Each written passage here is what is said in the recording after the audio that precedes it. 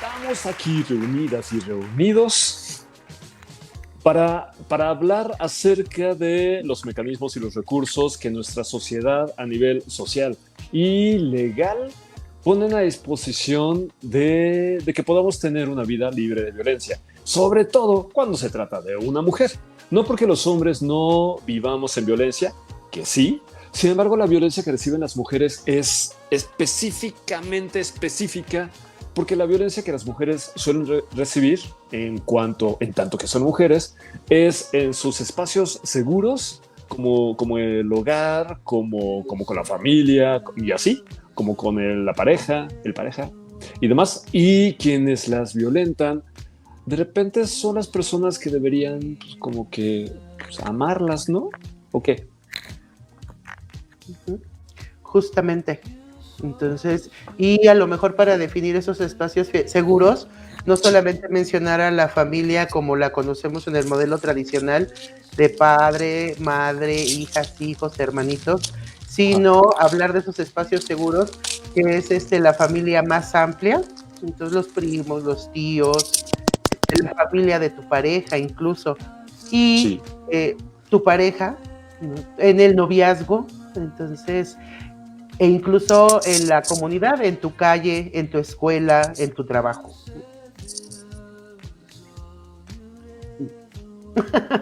Es decir, damos por hecho que esos son los espacios donde estaríamos protegidas las mujeres y donde estamos rodeadas de personas que no nos violentarían.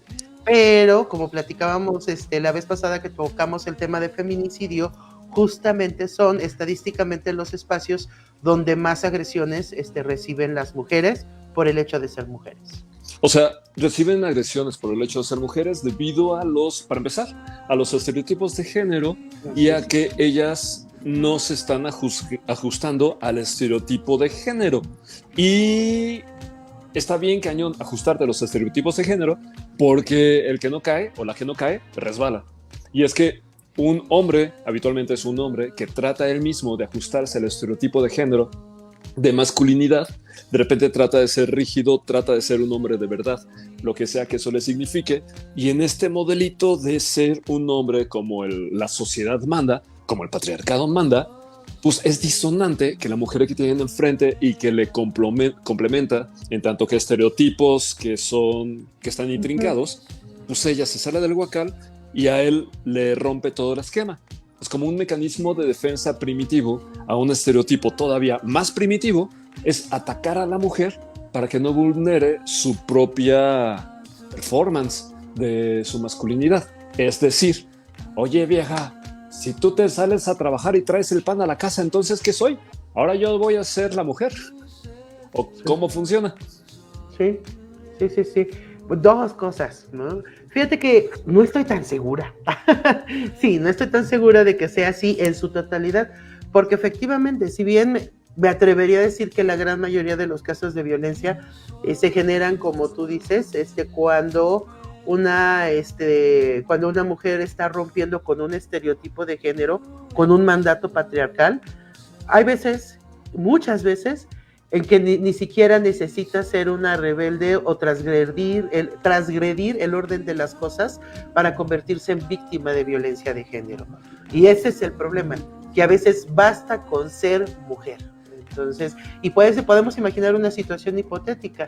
Entonces, una mujer que va caminando en la noche, entonces en el día, ¿no? En la mañanita que acaba de amanecer, a las 12 horas, a las 5 de la tarde, a las 7 de la noche cuando el metro está atascado de gente, y solo solo sucedió, exacto, que estaba, lo dicen como en frase de telenovela, en el momento y la hora inadecuado, y un perfecto desconocido se atreve a agredirla, por ejemplo, sexualmente.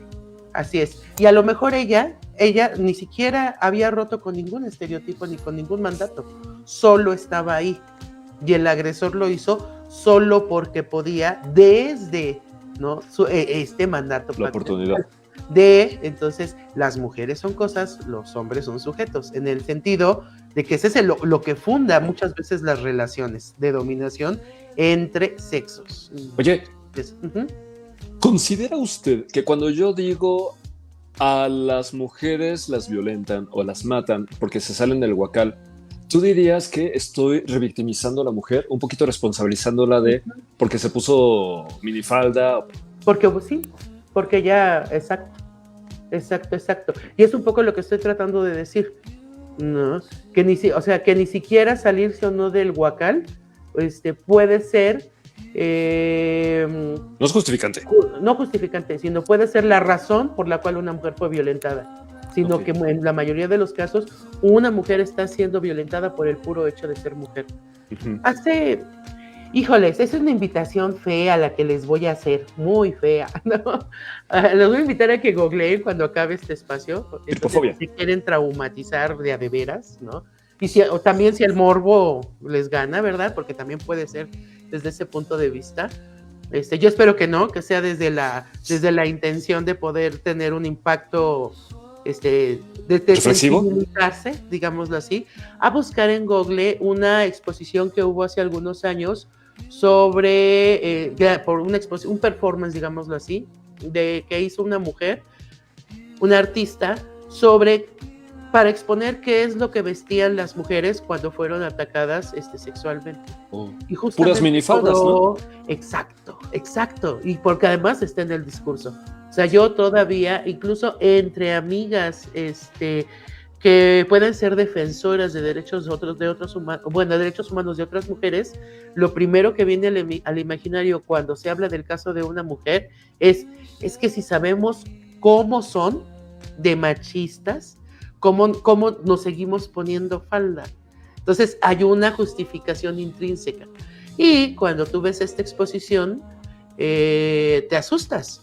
No les voy a decir todo lo que vas a encontrar, pero sí les voy a decir que de repente, entre algunas de las vestimentas que portaban mujeres cuando fueron violadas, hay, por ejemplo, un mameluco para una personita de 3 años, ¿no? Y entonces rompe diametralmente con ese discurso de que las mujeres que son violadas o abusadas sexualmente es porque algo hicieron para merecerlo.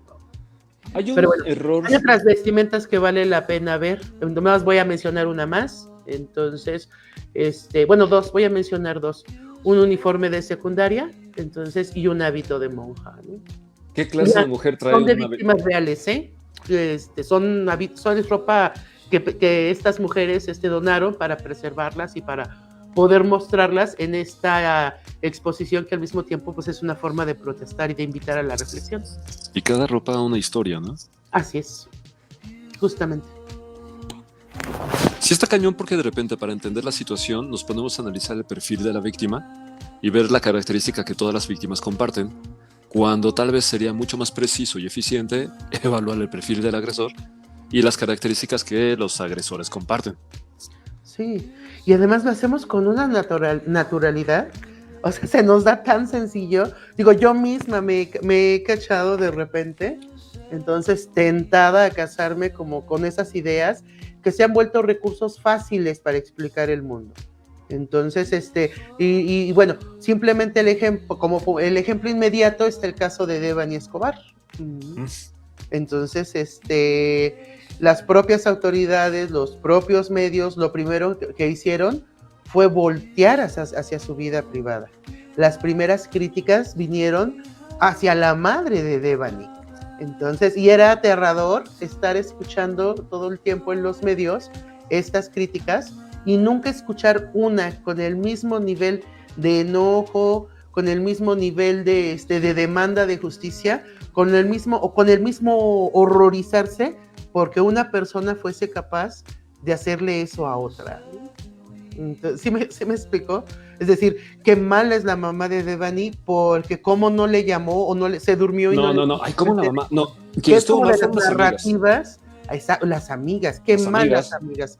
Incluso, no sé si a ti te tocó ver que en esos días publicaron en un periódico, creo que del mismo estado, a un chavo que se quedó dormido borracho en la banqueta. Él fue. Y ahí despertó, ¿no? Despertó y le tomaron una foto y lo subieron en una nota periodística diciendo que sus amigos de él sí eran amigos de veras. Claro, es que son hombres, los hombres sí saben ser amigos, no como las mujeres. Y a lo mejor eso podría ser muy cierto, Porque fíjate que eso podría ser otra forma de nombrar o validar, reforzar el pacto patriarcal. Claro, y sin embargo, no, entre los hombres no hay una alianza, hay una coalición para defenderse. Ajá. No somos, los hombres de verdad no somos amigos porque no somos niños. Los hombres de verdad no necesitamos a nadie. Nos bastamos solitos y aparte tenemos tanto prohibido perder que nos la pasamos compitiendo todo el tiempo. Entonces, aún entre amigos es así, es súper divertido cuando haces ver como un loser a tu super amigo y lo humillas. Sí, porque esos somos los hombres de verdad. Y que son, justo estás exponiendo todo este tipo de estereotipos que siguen rigiendo las relaciones entre hombres y mujeres y que se van profundizando, se van, ¿cómo decirlo? Van expandiéndose, entonces, a todos nuestros ámbitos, a todos nuestros pensamientos, a todas nuestras formas de hacer, sí, para llegar después a ser la base de crímenes como esto, como los crímenes de género, porque, por ejemplo, o sea, detrás de los que acabas de poner sobre la mesa, ¿no?, a la larga vamos a encontrar, o podremos encontrar en un futuro, justificaciones también para la homofobia. Entonces, y los crímenes por homofobia. Efectivamente. Realmente. Oye, déjame hacer una pausa. Sí. Porque aquí tenemos hasta tu hermano, tú. A ver, déjame saludar. Hola, hermano. Está Alberto Bustos, que nos dice que enhorabuena y que da gusto saludarnos. Igualmente. Está hola, Alberto González. Está Alfa Andrade. Hola, Alf. Está Armando Bravo. Carlos Becerra. Nacho Sidarta. Carlos Becerra otra vez, que dice que nos saluda desde la hermosa Perla del Tapatía. Sergio. Saludos hasta allá. Hernán. No, ese soy yo. Salvador Mesa, ¿te suena? Sí. Hola, hermanito mío. Hola, hermanito suyo. Mildred anda por aquí, Martín Cabrera está por acá, Conchita Cueto anda por aquí. Hola, Conchita. Hola, Conchita, buenas noches, saludos. Y Mildred está reconociendo que olvidó saludar cuando llegó, pero se la pasaremos por esta vez. No, siempre se la pasaremos a Mildred. Hola, Mildred. Y bueno, ya, perdón. Continúa. ¿A qué estábamos hablando? Estamos hablando de cómo los estereotipos y se va escalando, hombres de verdad y así. Okay. Y crímenes por homofobia. Primero comentarles, ya que estamos en este tema justamente, regresando al tema de la violencia más extrema contra las mujeres, que es el feminicidio, comentarles que en este año se cumplen 10 años de haber tipificado el delito de feminicidio en México, ¿no? Entonces, ¿pero una gestión de Marta Lamas? No, de varias feministas, ¿no? Oh. Digo, que yo creo que todas de alguna manera aportaron su rocota de arena, entonces, más que granitos rocotas, pero a mí si me preguntan, ¿no?, como les decía la vez pasada, me atrevería a decir que la primera patada la dieron las compañeras en Ciudad Juárez al momento de identificar y pedir justicia para el fenómeno que se estaba dando de feminicidio en ese estado, ¿no? Te acordarás que les platicaba yo que todavía no estaba tipificado el feminicidio. Exacto. Y ellas estaban tocando puertas con varias académicas, mujeres importantes en la política, para, por un lado, pedir justicia, pero para el otro, nombrar a este fenómeno en su justa dimensión. Entonces, es decir, no solo el asesinato de mujeres, sino una forma de asesinato muy particular, y como les decía yo al inicio, fundada en la condición de género, ¿no?, por el hecho de ser mujer. Oye, hay una serie o película que se llama Las muertes de Marta Escobar. Sí. No, me agarras en curva. Es que un sistema de streaming produjo, no sé si es película o es serie, que da seguimiento a una madre que desaparece su hija y creo que es... ¿Marisela? Marisela Escobar, ajá. Así es. Entonces sí, ¿de qué me estás hablando? Sí, ¿no? Que por cierto la serie saca la música de Vivir, o se musicaliza con Vivir Quintana. Oh, qué buena rola. Sin miedo, así es. A mí, oye, estuve clavándome en YouTube un rato y ver que la canción Sin Miedo de Vivir Escobar la han retomado en muchas ciudades, en muchos países, y está muy cabrón cómo la cantan a su manera, cómo insertan sus nombres, los nombres de sus muertas y insertan sus reclamos, el reclamo a sus gobiernos, el reclamo a las autoridades. Está muy cañón. ¿Cómo puedes encontrar al menos 20 canciones, 20 variantes de Quito, en Ecuador, de Sao Paulo, de Buenos Aires, de Guadalajara, de la Ciudad de México, de Medellín, de Madrid? Sí, y al mismo tiempo es estremecedor, ¿no? Porque lo que menos quisiera una, ¿no? Entonces, es que hubiera tanta coincidencia o que hubiera tantos nombres que pudieras barajear para hacer tantas versiones distintas. ¿Sí me explico? Es estremecedor porque nos está hablando de un fenómeno que efectivamente está globalizado. Sí. Vivir Quintana, reafirma Armando Talamantes. Hola, Armando. Sí. Sí, justamente. Y bueno, a lo mejor justo retomando la vez pasada que platicábamos del tema de feminicidio, le decía yo a Hernán que ya la hora en que me tocó ver la plática que tuvimos, me di cuenta que había ciertos puntos que había pasado por alto que le comentaba a Hernán que me parecía importante compartir en un segundo momento y que a lo mejor podría ser Entonces, por ejemplo, cuando les hablaba yo sobre ese conjunto de derechos humanos, entonces de hombres y mujeres, pero en el caso particular de las mujeres, que son los que fundan el concepto de feminicidio, que son la base para poder pasar una tipificación. Curiosamente, el derecho que no estuve mencionando en la lista, en el de la libertad a la vida, y que estuve yo omitiendo, fue el derecho a la igualdad.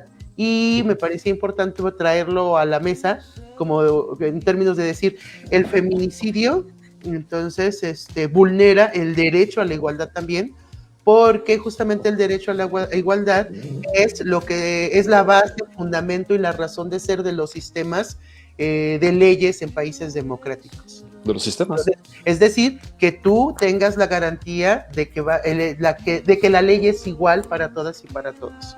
Y ese es uno de los principales derechos que vulnera justamente el asesinato de las mujeres.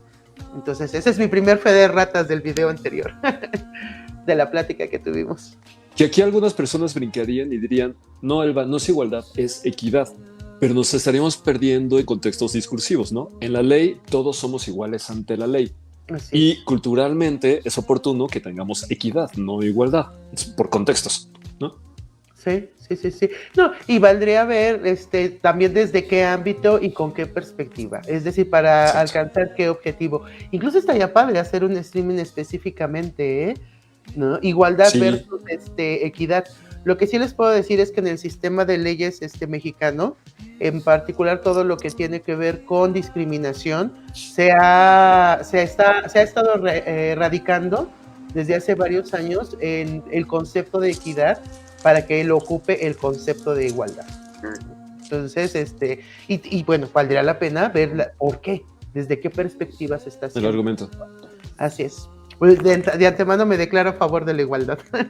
Oye, Mildred está preguntando de qué manera la iglesia ha contribuido en todo este rollo. Dice, ¿qué tanto ha influido la iglesia en señalar a las mujeres como las malas y que sigamos creyéndonos este cuento al momento de señalar culpables en la violencia contra la mujer?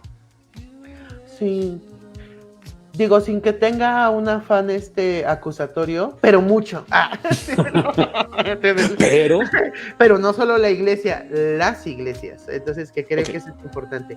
Las iglesias, las sectas. Entonces, porque justo muchas de ellas están fundando sus normas de convivencia, sus formas de relacionarse entre sí y con su dios, sus dioses, en lo que dicta el sistema patriarcal, y no al revés, y no transformando el estado de las cosas para uno mejor. Entonces yo creo que lo que Mildred señala es como muy importante, porque, por ejemplo, en países católicos como el nuestro, tenemos una carga muy importante de culpa, la forma en que nos culpamos, ¿no? Entonces, las mujeres y también las personas de lo que nos sucede. Entonces sí que es un fenómeno muy común en las víctimas. Es decir, si algo me pasa es porque yo lo provoqué. Entonces, y si algo me pasa, yo lo que tengo que hacer es poner la otra mejilla y ya, porque seré recompensada. Después de que me muera, así que chiste. Sí, sí, sí, sí. Oye, pero también te acuerdas de la bodega ontológica de Platón.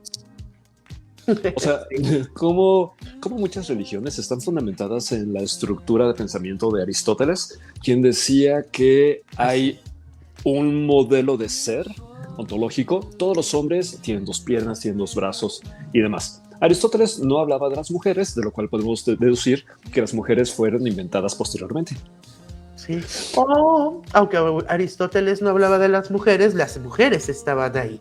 El tema es qué lugar ocupaban en las sociedades griegas.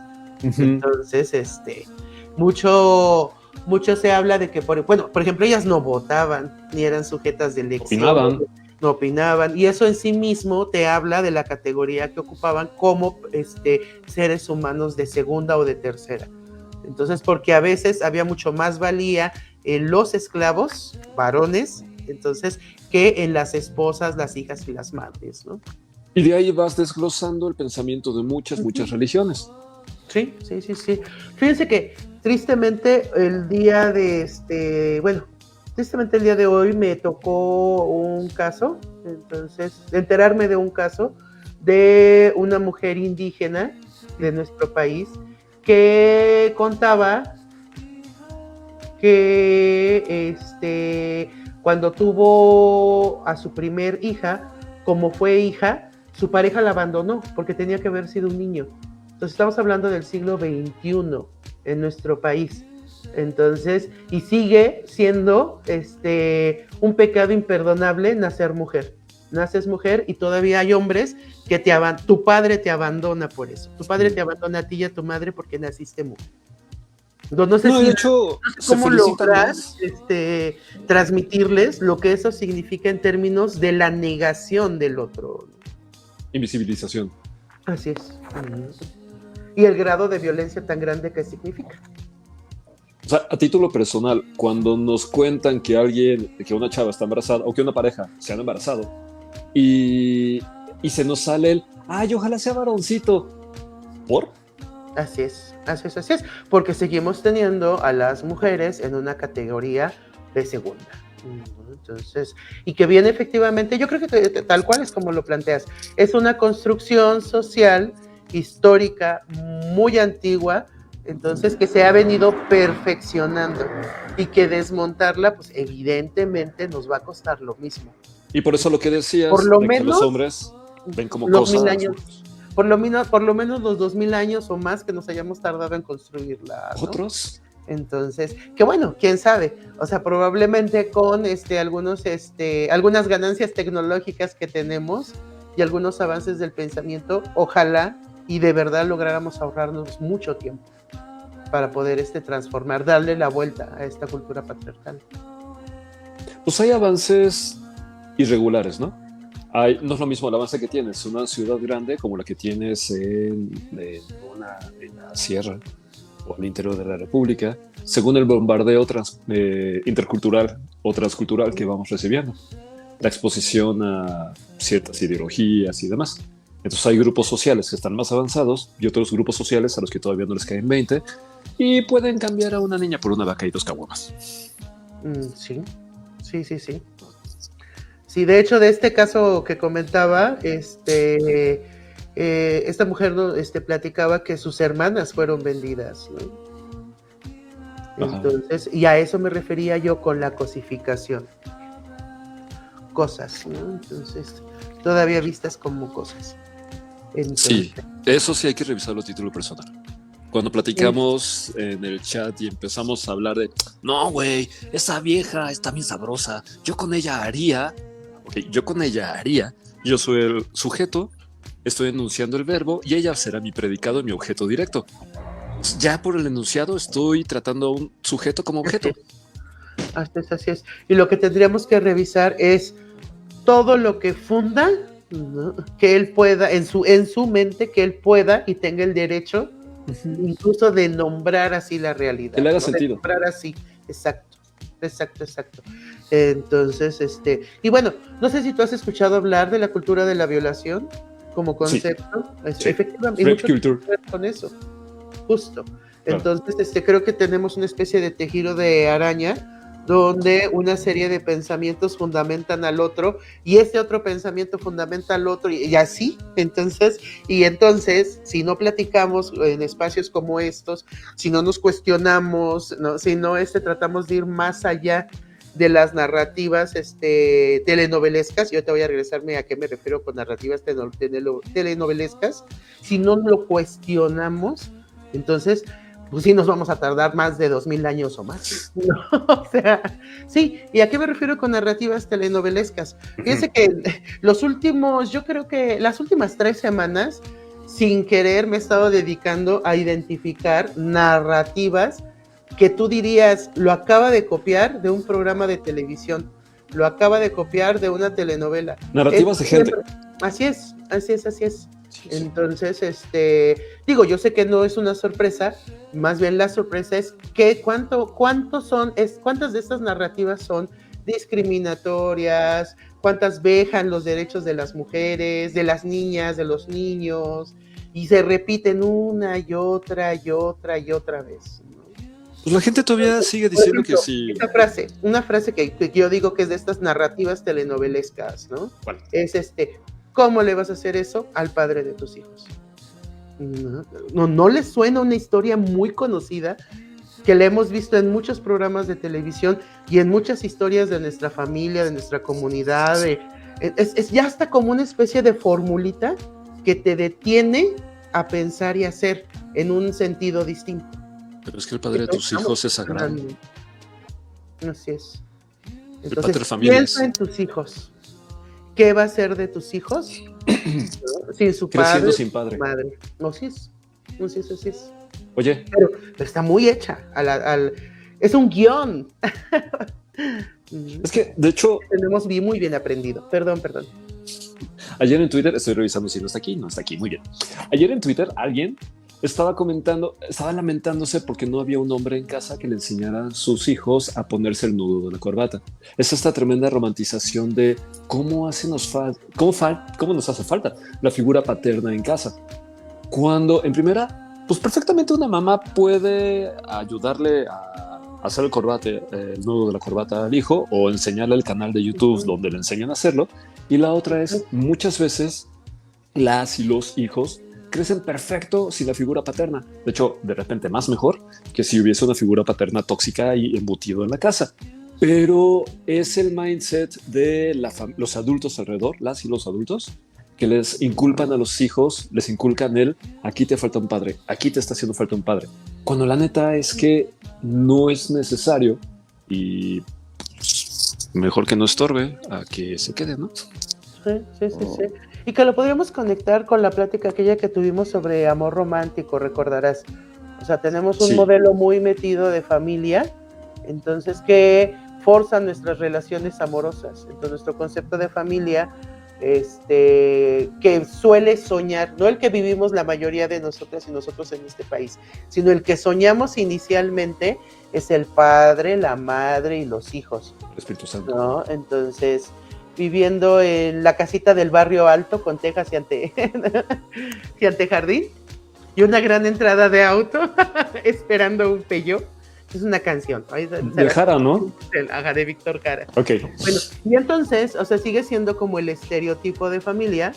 Entonces, vienen las agresiones, viene la violencia. A veces esa violencia, o muchas veces esa violencia es directa, no solamente contra la madre, puede ser también contra los hijos, y a veces es indirecta, porque los hijos son testigas de la violencia que está viviendo la madre. A veces. Y entonces la madre, la mujer tiene en su contra, por un lado, un deber ser social, de que ella es el pegamento de esa familia.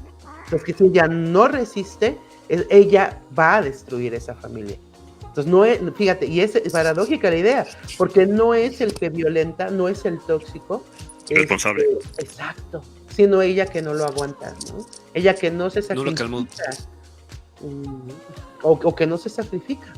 Oye, pero es que también en la cultura que recibimos, los hombres a lo público, las mujeres a lo privado, quien a la postre tiene que estar al pendiente del desarrollo de la relación y de su amalgama es la mujer, mientras que el hombre anda por allá y la mujer tiene que hacerse responsable de que la relación prospere o no, de manera que cuando la relación termina, probablemente a ambos les duela, pero él se va a sentir un poco más relax diciendo pues así fueron las cosas, mi pex, y ella va a sentirlo como un fracaso personal.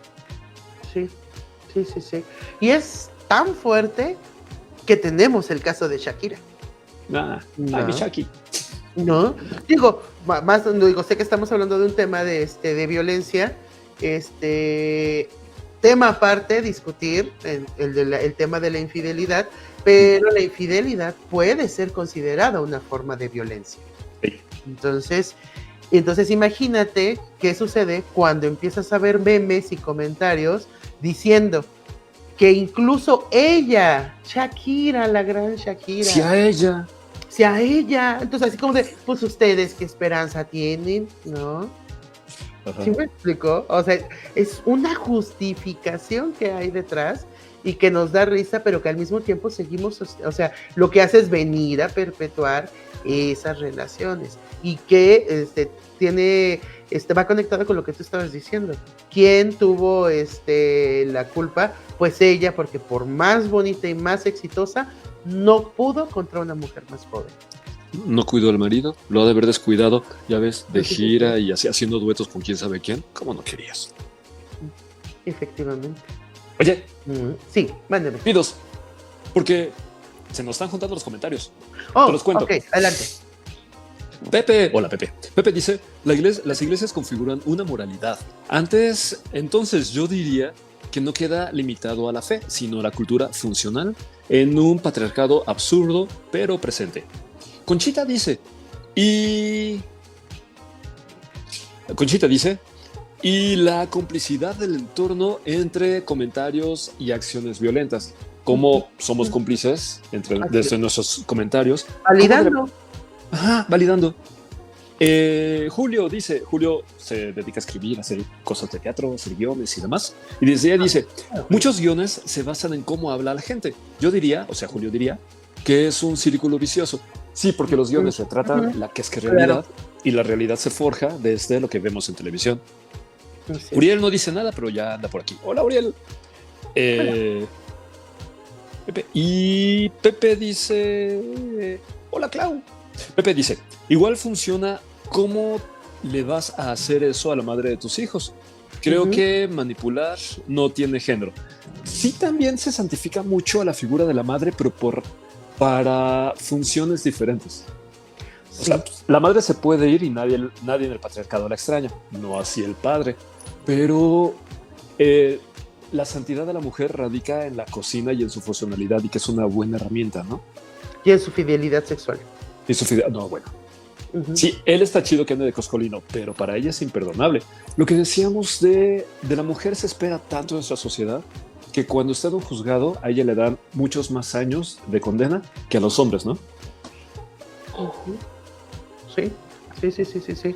No, y fíjate que ahorita que tú decías, sí es manipulación, también puede haberla, pero el objetivo de la manipulación creo que es muy diferente, ¿eh? Porque una cosa es, primero comentar que tendemos a generalizar.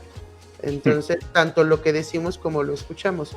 No es esto que estamos platicando, que no nos gusta de la violencia, no es un decir que todos los hombres ni que todas las mujeres, sino que hay patrones, hay comportamientos que son muy notables. Entonces, en uno o en otro sexo, pero además en uno y en otro género, ¿no? Y luego pasar a que, sí, efectivamente, hay un tipo de manipulación que es para la dominación. Entonces, es decir, yo manipulo para dominar, y hay otro tipo de manipulación que es yo manipulo para abusar. Y sé que pudiera sonar igual, pero no es lo mismo, porque en un caso lo que estoy haciendo es restringir los derechos de la otra persona. Entonces estoy restringiendo la vida de la otra persona. Y en el del abuso, en realidad, más allá de restringir los derechos de esta persona, lo que hago es generar ganancias. No sé si lo alcanzo a poner sobre la mesa, ¿no? Entonces, ¿no? Aprovecho.